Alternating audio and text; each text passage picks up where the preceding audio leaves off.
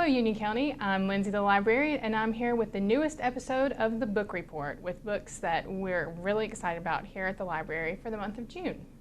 The first book we're going to talk about is The Book of Speculation by Erika Swyler. And I promise I didn't pick it just because it has a girl with books on the cover, although that was a major factor.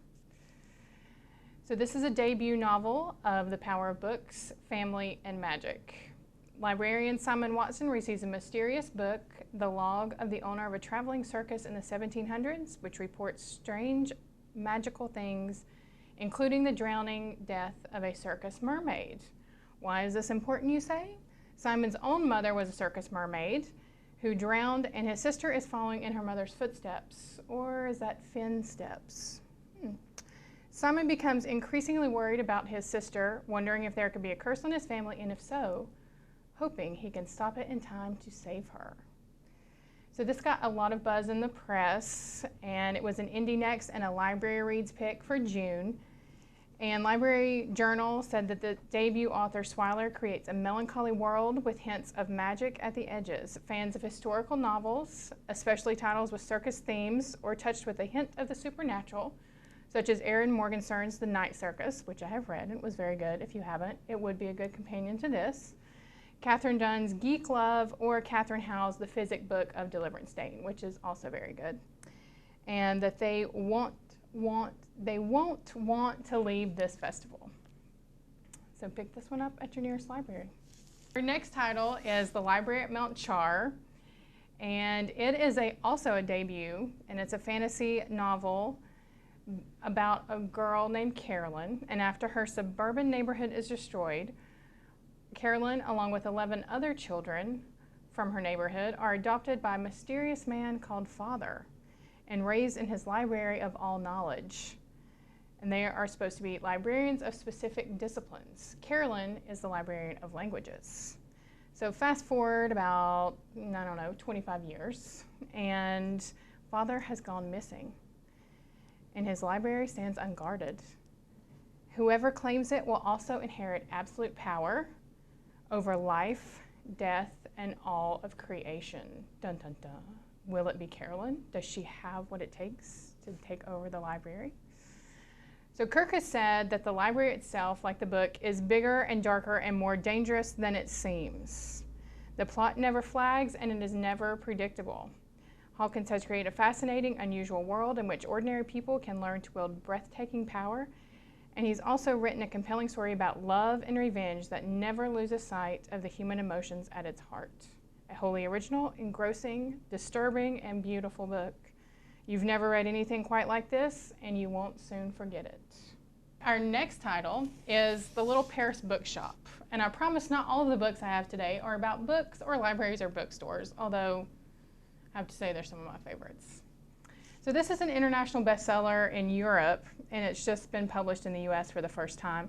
And it was also an Indie Next and a Library Reads pick. And Indie Next is the independent booksellers. They pick their favorite books that are coming out in the month. And Library Reads are librarians' favorite books that are coming out in the month. And then they put out a list. So this book is about Paris bookseller Monsieur Perdu, and he thinks of himself as a literary apothecary, prescribing book remedies for the hardships of life, and the only hardship he can't cure is his own. He's still heartbroken over a lost love who left him with only a letter he has never opened. Hauling anchor on his floating bookstore, he sets out with an author with writer's block and a lovelorn Italian chef on the rivers of France in search of his lost love. He's on the way, he dispenses wisdom and books showing that literary world can take the human soul on a journey to heal itself. Filled with warmth and adventure, The Little Paris Bookshop is a love letter to books meant for anyone who believes in the power of stories to shape people's lives. Let me wipe my tear. Publishers Weekly said that her cast of engaging characters keeps the story moving, and her sumptuous descriptions of both food and literature will leave readers unsure whether to run to the nearest library or the nearest bistro. Why pick? Go to the bistro, then come to the library. Or if you go to the library first, then you can take your book to the bistro. I don't know, but either way, it's a win-win. Our next book is The Invasion of the Tearling by Erika Johansen, which is the sequel to Queen of the Tearling, which came out last year, which is also very good. I highly recommend that one. And it has been optioned to be a movie. So in this one, Queen Kelsey, who is the Queen of the Tearling, and she reclaimed her throne in Queen of the Tearling and made a lot of people mad by stopping the slave trade.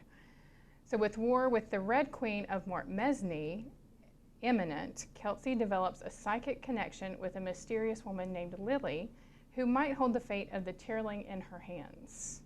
Library Journal said it was a bold storytelling choice, and it makes this so much more fascinating than just a saga of warring kingdoms.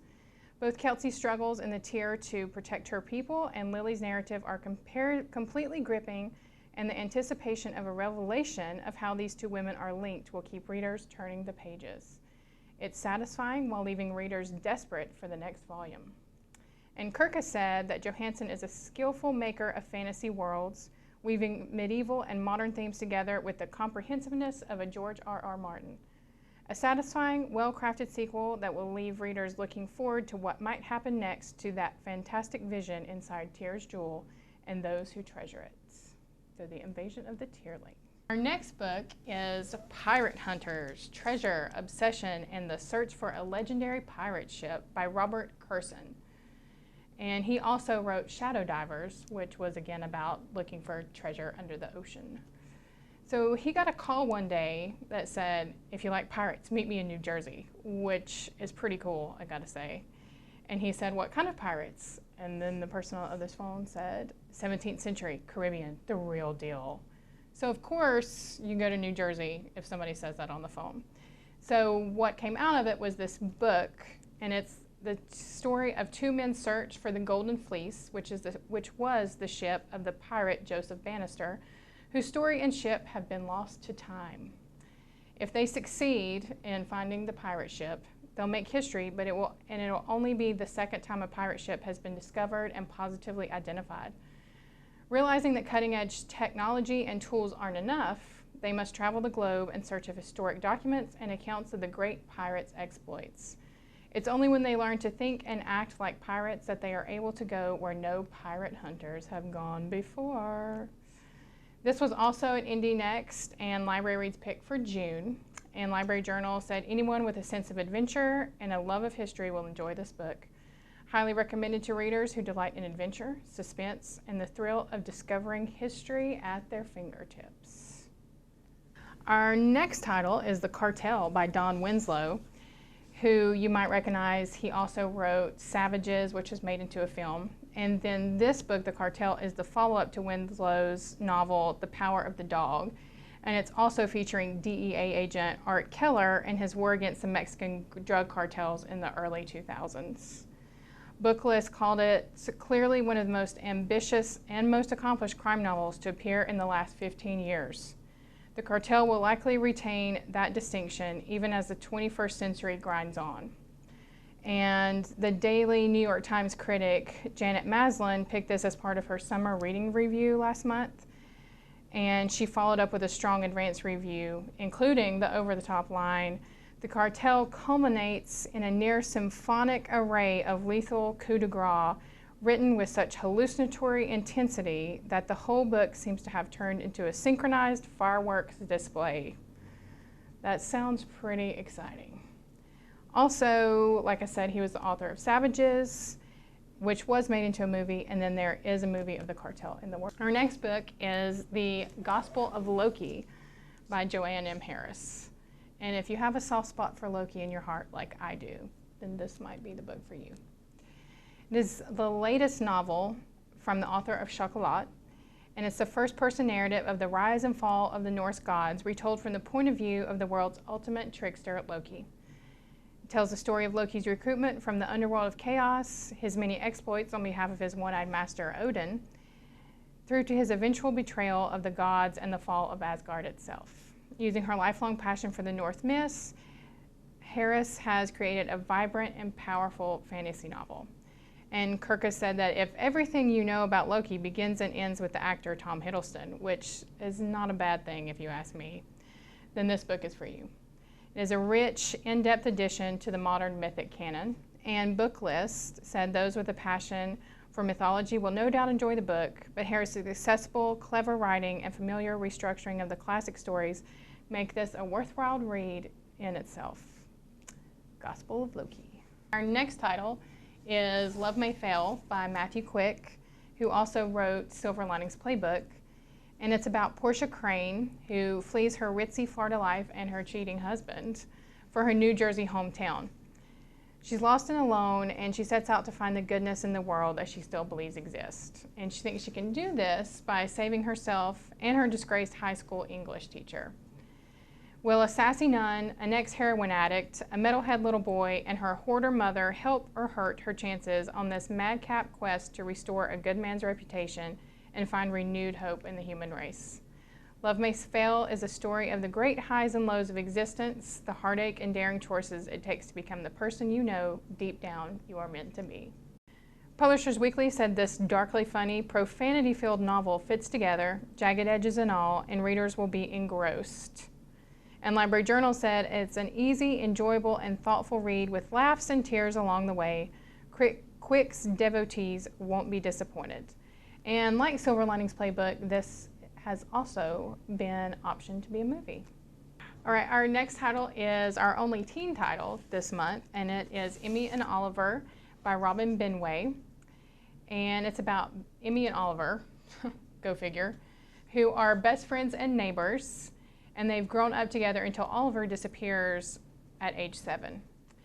And then 10 years later, Oliver returns, and he must learn how to fit in with his mother's new family and deal with the circumstances of his kidnapping, which turns out his father kidnapped him, and he thought his mother abandoned him, drama. So Emmy helps Oliver begin to heal, and friendship turns into love. School Library Journal said the circumstances of this story provide a perfect setting to explore how two young people navigate new adulthood and forge new identities. This book is at times heartfelt, funny, irreverent, and ultimately satisfying. Plot-driven as well as introspective, it's a good choice for fans of Stephanie Perkins' Anna and the French Kiss, which is one of my favorite books of all time, or any Sarah Dessen novel. So Emmy and Oliver by Robin Benway. Okay, our final title today is The Idea of Love by New York Times bestselling author Patti Callahn Henry. And this one is about Ella. And she is young, beautiful, and deeply in love until her husband dies in a tragic sailing accident while trying to save her. Or so she'll have everyone believe. Screenwriter Hunter needs a hit, but crippling writer's block and a serious lack of motivation are getting him nowhere. He's on the lookout for a love story. It doesn't matter who it belongs to. When Hunter and Ella meet in Water's End, South Carolina, it feels like the perfect match, something close to fate. But when one little white lie leads to another, Hunter and Ella find themselves caught in a web of deceit. Can two people come together for all the wrong reasons and still make it right? I'm going to go out on a limb here and say they probably can. So Ann Rivers Siddons fans will feel right at home in Henry's Water's End, South Carolina, said Booklist. And Dorothea Benton Frank said that Henry's latest is so wonderful, I wish I had written it myself. It's clever and funny, and it makes you think twice about all your personal relationships. This is a huge winner.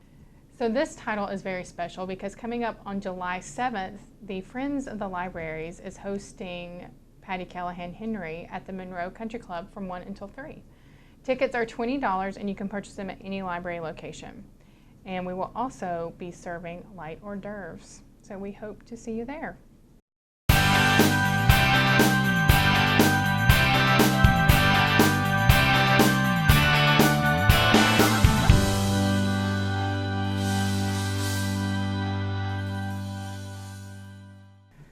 All right, and finally, I just have a couple of announcements to make. Uprooted, which I talked about last time, that's by Naomi Novik, has been picked up for a movie, and that was one of my favorites, so I'm really excited about that. And also, June is audiobook month, so be sure and stop by your library and check out an audiobook, which is perfect for summer travels. And instead of making the kids listen to music they don't want to listen to, you can make them listen to a book that they don't care about. Also great for when you're cleaning the house, when you're mowing the lawn, when you're laying by the pool, you can read a book when you're doing all of those things. And we also have e-audio, don't forget about those, that you can download directly to your own device. So that's it for this time. I'm Lindsey the Librarian. Keep reading, Union County.